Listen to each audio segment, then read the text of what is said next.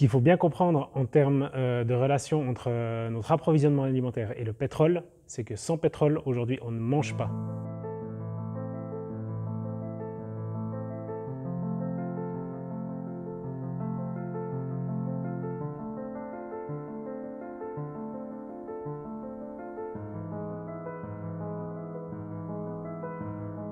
Alors, le pétrole est important dans notre système parce que le pétrole, c'est notre système. Absolument tout ce qu'il y a dans ce studio ne serait pas là s'il n'y avait pas de pétrole. Je veux dire par là que dans chaque objet qu'on a autour de nous en ce moment, on retrouve dans la chaîne de valeur de cet objet du pétrole à un moment donné.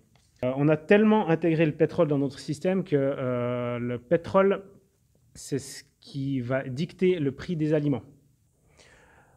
Pour cadrer le propos, en Suisse, l'autosuffisance alimentaire est à environ 50%. Ce qui veut dire que 50% de la nourriture qui arrive dans notre assiette a été transportée depuis très loin. Et transporter des trucs depuis très loin, ça se fait avec du pétrole. Vous n'avez pas de pétrole, vous n'avez pas ces trucs qui viennent de très loin.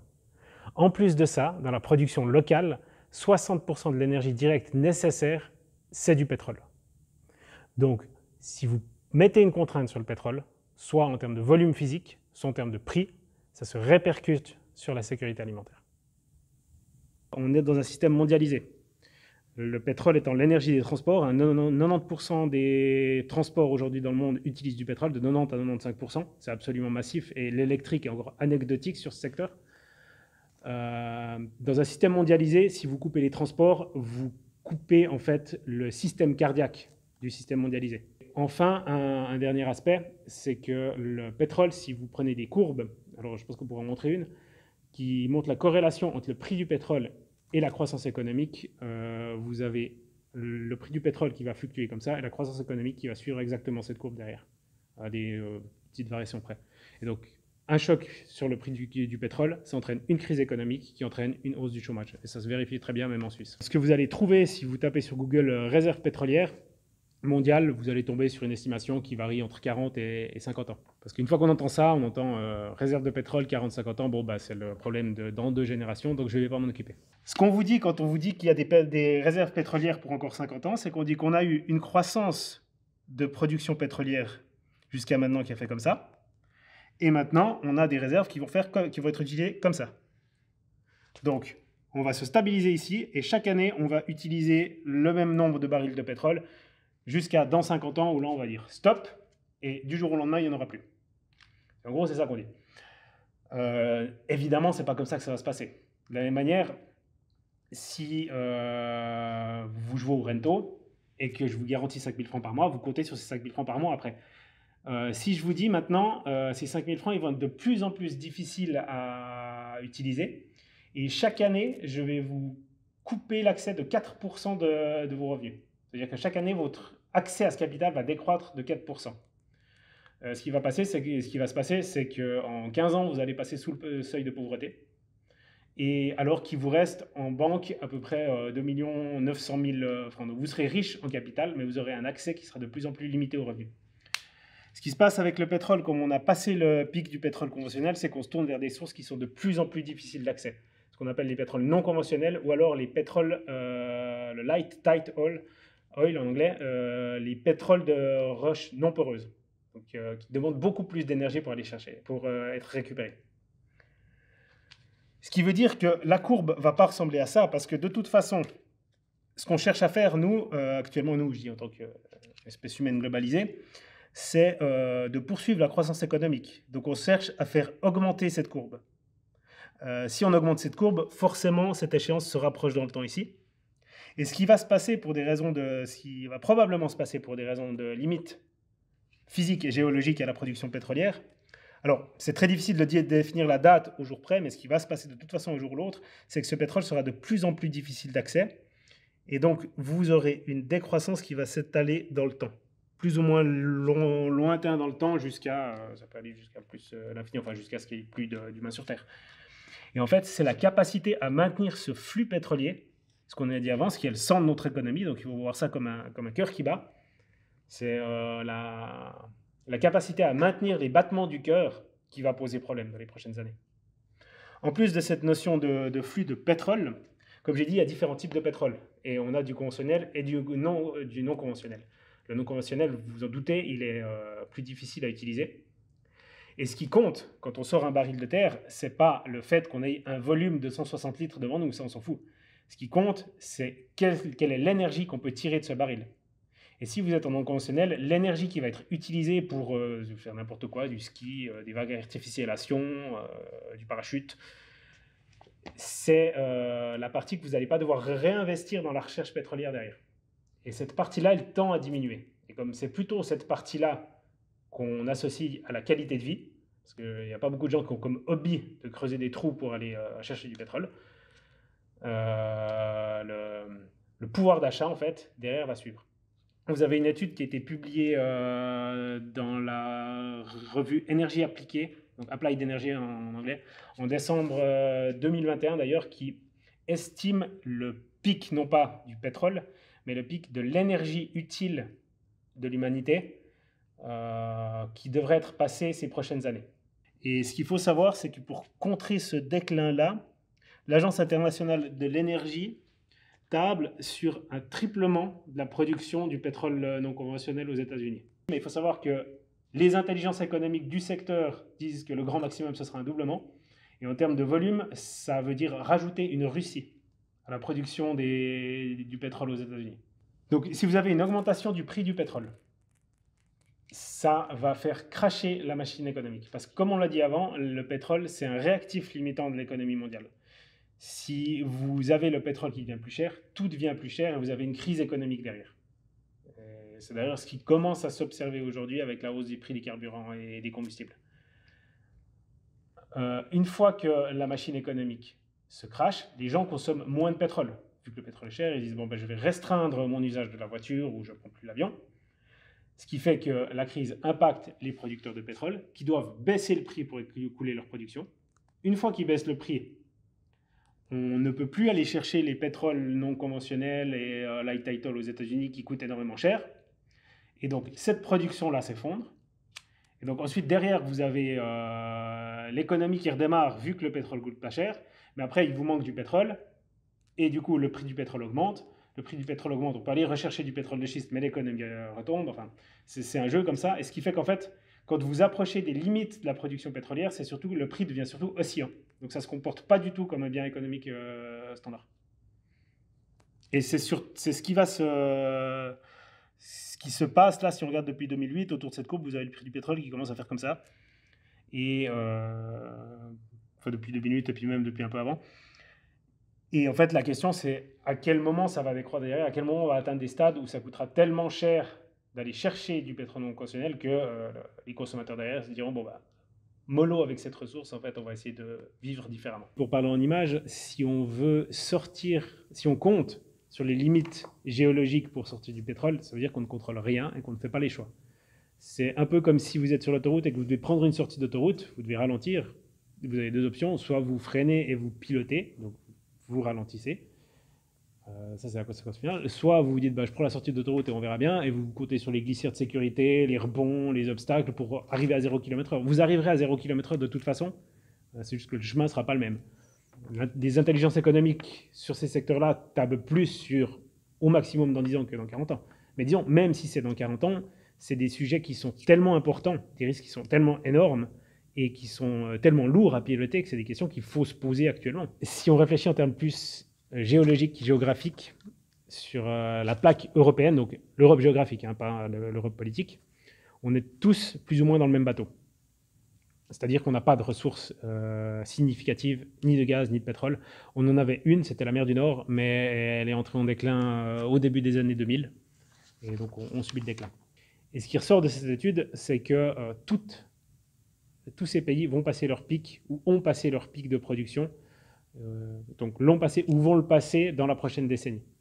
Ça fait que la plaque européenne va rentrer en déclin d'approvisionnement pétrolier dans les prochaines décennies. Et on n'a pas de ressources autres qu'on peut aller chercher. Donc nos voisins vont subir les mêmes problématiques. C'est un jeu d'enchères en fait. Après, ça dépend quelle économie est prête à mettre quel prix. Et comme nous, en Suisse, on réfléchit souvent en se disant qu'on est riche, parce que par habitant, on est riche. C'est un peu pareil partout en Europe. Ce qu'il faut regarder dans ce genre de négociation, c'est le PIB global d'une économie et la puissance financière d'une économie globale. Et donc, qui c'est qui remporte les enchères pour le gaz à effet des États-Unis? C'est la Chine.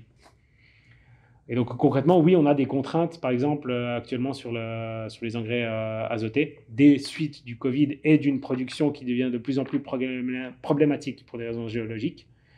Ce qui fait que, par exemple, vous avez peut-être pu suivre, mais au Royaume-Uni aussi, ils ont eu des pénuries d'engrais azotés pour ces raisons-là.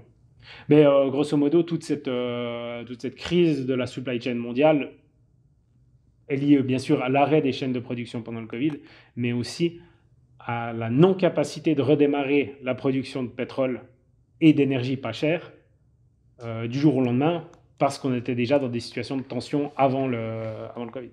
En vrai, on le voit avec le pétrole, ce qui se passe quand vous avez un choc pétrolier, vous avez l'économie qui se crache derrière, suivant comment vous avez des guerres qui se déclenchent, et donc la situation après ce choc-là ne sera pas la même qu'avant, parce que vous avez une irréversibilité.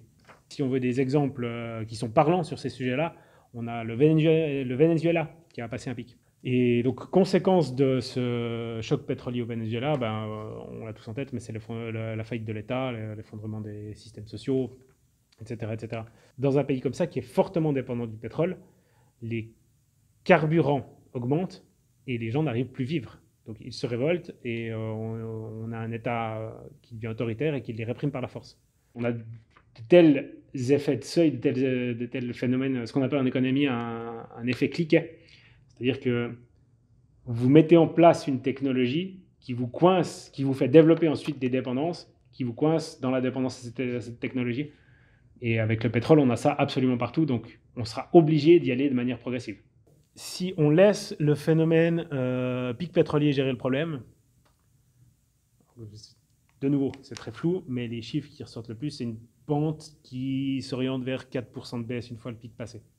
Quelque chose de cet ordre de grandeur-là. Non, j'ai le droit d'intégrer le climat là ou pas? Oui. Ok. Alors si on intègre le climat, par contre, il faut aller beaucoup plus vite. On est sur un ordre de grandeur qui tourne autour de 7% par an de décroissance des émissions de CO2 nécessaires. Le Covid, on est plus autour de 5%.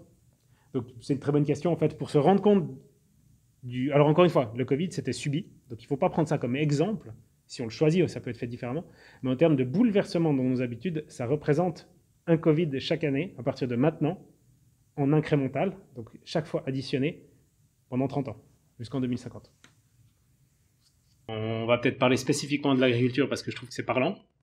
Si on désintensifie les process agricoles, si on démécanise, donc on rend l'agriculture plus résiliente vis-à-vis des chocs pétroliers qui nous attendent, vous devez nécessairement remettre des bras et des jambes dans l'agriculture pour faire le travail des tracteurs et des machines.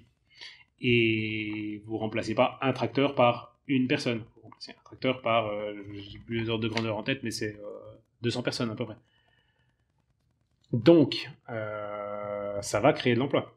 C'est juste qu'il va falloir s'habituer, pour des gens qui ont l'habitude des bureaux chauffés comme moi, à retourner transpirer au chaud, au froid.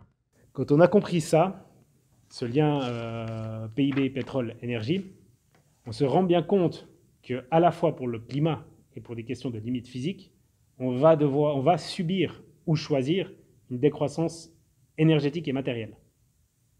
Après, la question, c'est est-ce qu'on regarde le problème en face et qu'on le choisit et qu'on le pilote et qu'on a la possibilité d'arbitrer des choix sur ce qu'on garde et ce qu'on ne garde pas, ou alors est-ce qu'on se met des œillères, on s'en fout et on va dans le mur en rigolant. Vous allez souvent entendre dire que si on n'a plus de pétrole, c'est pas grave. De toute façon, les forces du marché feront qu'on trouvera autre chose. Mais autre chose qui a les mêmes qualités physiques que le pétrole, ça n'existe pas.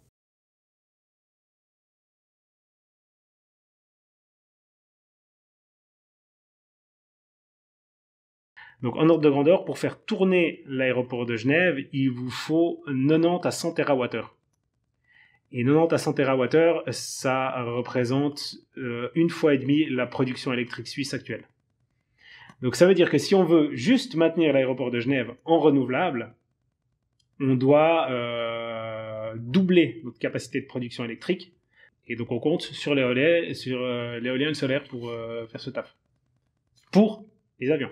Et après, on a tout le reste. Ici, vous avez le déploiement du solaire et de l'éolien dans le temps. Donc, ce qu'on appelle communément dans la culture populaire les énergies renouvelables, les nouvelles énergies renouvelables.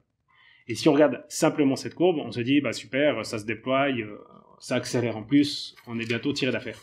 Maintenant, si on remet ça dans le contexte, si on prend la totalité de notre consommation énergétique, ça ressemble à ça. Et ici, on constate que ce sur quoi on compte pour faire voler nos avions avec de l'électricité renouvelable, ça représente à peu près l'épaisseur du trait de mon graphique Excel. Et l'essentiel de notre consommation énergétique, c'est des énergies fossiles en bas, avec pétrole et gaz principalement, et du nucléaire, dont on a décidé de sortir. La planification fédérale pour le déploiement d'énergies renouvelables, donc de nouvelles énergies renouvelables, solaire et éolien, d'ici 2030, c'est une capacité de 11 TWh. Je rappelle, aéroport de Genève, 90 TWh, production totale d'électricité, actuelle, c'est 60 TWh, et c'est pas du tout toute la consommation énergétique du pays. Donc, même de l'aveu de notre gouvernement, on n'y sera pas. Et 11 TWh, c'est beaucoup. Il va falloir les faire quand même. Vous n'avez pas pour l'instant un panneau solaire ou une éolienne qui est construite sans recours aux énergies fossiles.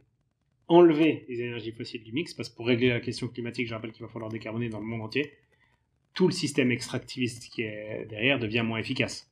Parce que les pelles mécaniques, pour l'instant, ça ne fonctionne pas à l'électricité. Et ça ne fonctionnera probablement jamais à l'électricité. Donc si vous faites ça, ça répercute les coûts sur toute la chaîne, et donc ça devient beaucoup plus complexe de maintenir un parc de production solaire et éolien au niveau auquel il faudrait pour garantir notre niveau de vie.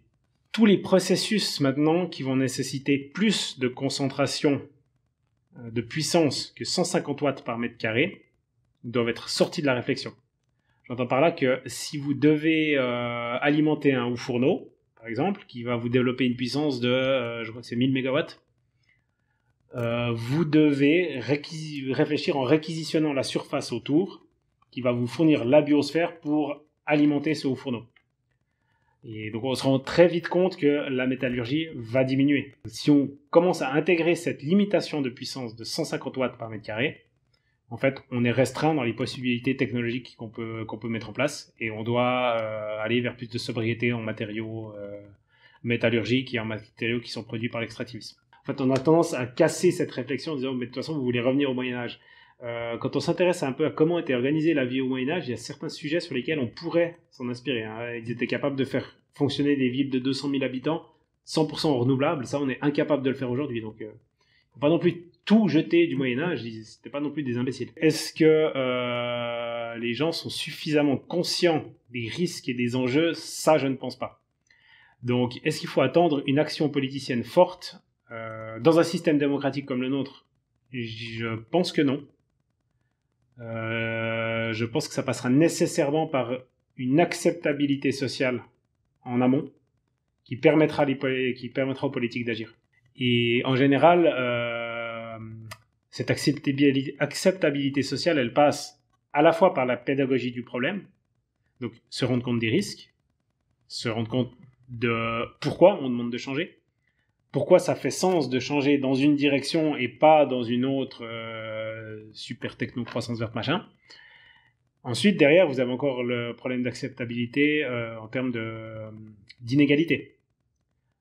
Les personnes qui sont les plus exposées à ces risques, c'est les personnes les plus pauvres. Et les personnes qui sont les plus exposées aussi à une hausse des carburants, à une hausse du prix de la vie, c'est également les personnes les plus pauvres. Donc si vous voulez pouvoir piloter une transition de cette ampleur, il faut à la fois que les gens comprennent pourquoi, que les gens comprennent où on va, et ensuite que vous réduisiez les inégalités sociales, l'un ne va pas sans l'autre, pour que ce soit acceptable pour une majorité de personnes. Alors, on a parlé d'effet de cliquet avant. Là, à mon sens, on est en plein là-dedans. Ça veut dire qu'on va automatiser, rajouter de l'intensité matérielle et énergétique dans la production agricole au détriment des personnes, parce que c'est ça l'idée. Donc on va être à nouveau dépendant de chaînes de production qui sont longues, parce que les matériaux pour faire vos drones qui vont aller asperger de pesticides vos plantations, C'est pas des matériaux qu'on va trouver chez nous dans notre sous-sol. Donc ça nous rend dépendants à des productions qui se font à l'autre bout de la planète. Amener des matériaux de l'autre bout de la planète, on ne sait pas le faire sans pétrole. C'est en général plus intense en énergie, ce genre de production. Donc en fait, aller vers ça dans l'agriculture, c'est rajouter une pression environnementale à l'agriculture. Après, juste une précision sur l'agriculture, parce qu'en général, c'est quand même un secteur qui est sous une pression assez dramatique dans cette question-là. Il faut savoir que là, actuellement, c'est peut-être aussi cette volonté d'aller dans cette direction, c'est peut-être une volonté aussi de pallier le manque de personnel de ces secteurs-là.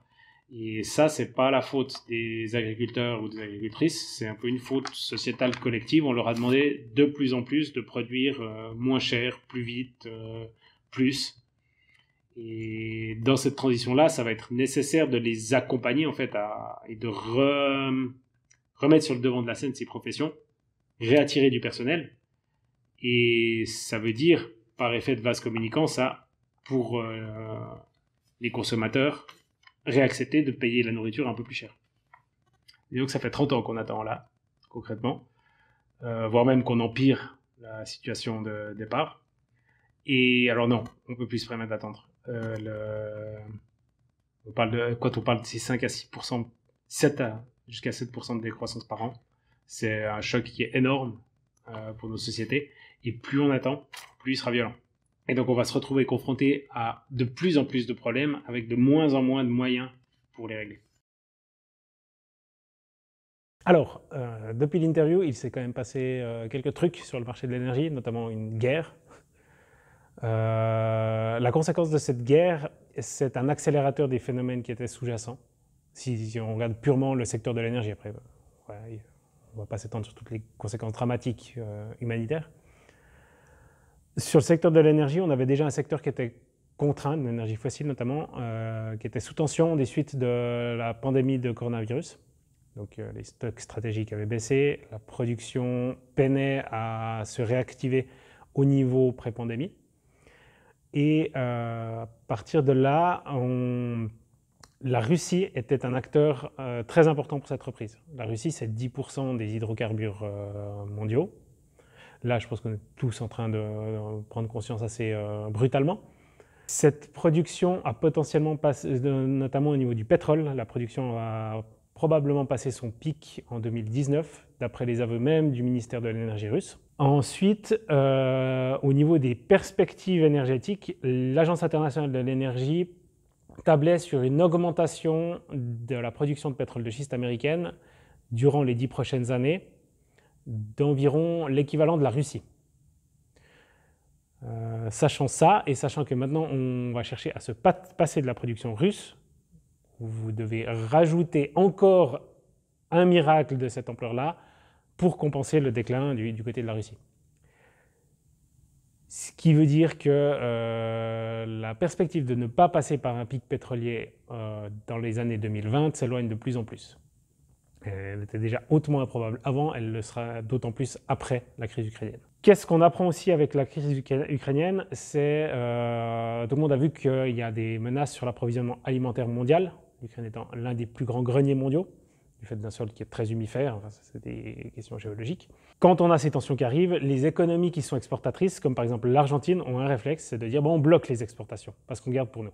Et donc, vous avez beau être un très gentil banquier, comme la Suisse par exemple, et dire ben, moi je suis d'accord de vous ouvrir des comptes à des taux préférentiels, etc., etc. Vous n'arrivez pas à dealer avec ces économies parce qu'elles ont des biens de première nécessité qu'elles gardent pour elles. Ce sera exactement la même chose sur les carburants, dès qu'on aura des contraintes fortes qui vont s'appliquer. On a aussi, avec la flambée des prix des carburants, de très bonnes illustrations de ce qui se passe quand on ne se prépare pas à ce genre de choc, que sont actuellement le Sri Lanka et le Pérou.